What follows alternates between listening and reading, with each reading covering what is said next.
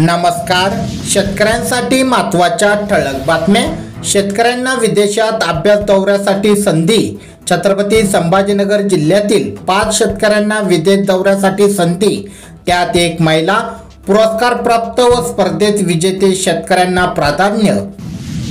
मराठवाड्यातील बीड, जालना जिल्ह्यातील 12 मंडळात अतिवृष्टी. रम्मी खेळल्याचा आरोप बिनबुडाचा. कुठेही चौकशी करा. ऑनलाईन रम्मी सुरू झाल्यापासून 1 रुपयाची रम्मी खेळलो नाही. मला रम्मी खेळता येत नाही. कृषी मंत्री कोकाटे. बहुतांश राज्यात बरेच दिवस उघडीप दिल्यानंतर कोकण, मराठवाड्यात, वऱ्हाडासह विदर्भातील काही भागात सोमवारी पावसाने दमदार हजेरी लावली. यामुळे दमदार सरींनी पिकांना दिलासा मिळाला. पश्चिम विदर्भामध्ये शेतकरी आत्महत्येचा आलेख वाढता. परदेश अभ्यास दौऱ्यासाठी 30 जुलैपर्यंत अर्ज करण्याचे आव्हान.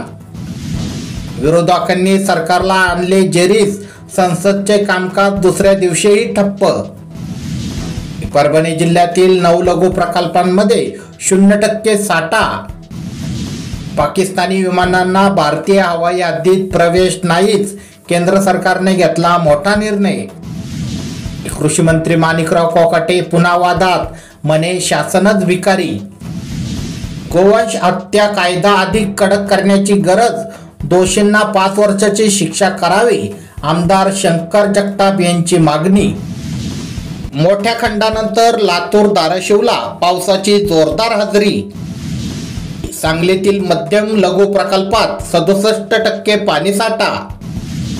येवला जिल्ह्यामध्ये मक्का पिकाची 60% क्षेत्रावर लागवड. केळी कंदाचा खान्देशमध्ये तुटवडा.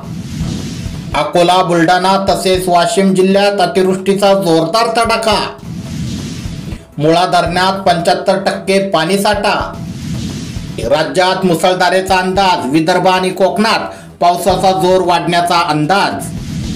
बुलढाण्यात जनावरे खरेदी विक्रीवर खाटीक बांधवांचा बहिष्कार. शेतकऱ्याच्या अडचणी वाढणार. आगमनी कुंभमेळ्यापूर्वी शिर्डी विमानतळावरील प्रस्तावित कामे पूर्ण करावीत. मुख्यमंत्री देवेंद्र फडणवीस.